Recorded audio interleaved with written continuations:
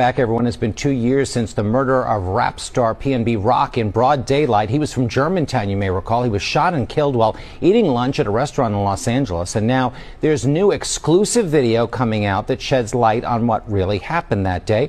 The news magazine True Crime News is devoting a special edition tonight to the never-before-seen videos. The host of the True Crime News, Anna Garcia, joins us live here right now at CBS News Philadelphia. So, Anna, tell us about this video, this surveillance video. So it's got two components to it. One is the actual shooting, the murder.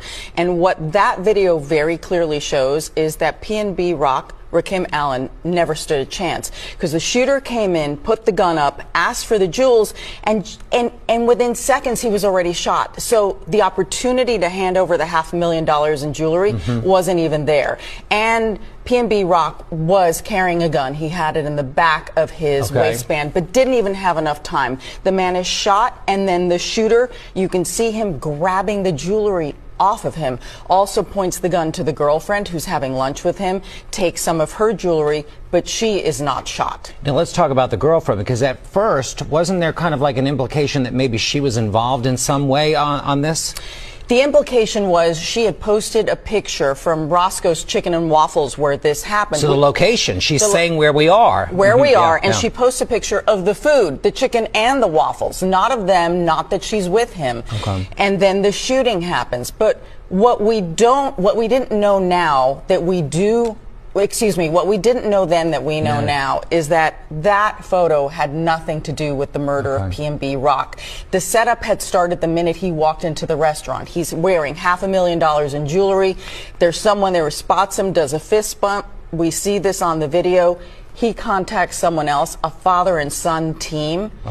And the food was delayed by almost 40 minutes. But it was just slow that day in the restaurant. So keep that in mind. She didn't get to post that video, that photo, till much later.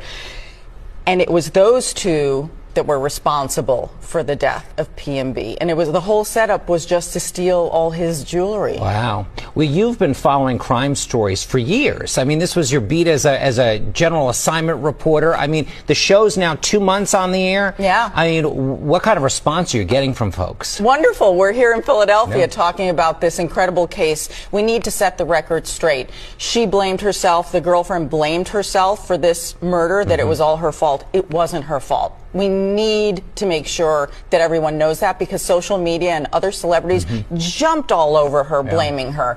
So it's important to have that discussion, to tell the entire story of a crime. As opposed to news nuggets. This is what I always tell people. You don't know the full story until you know the full story. Exactly. And today we can tell you the full story.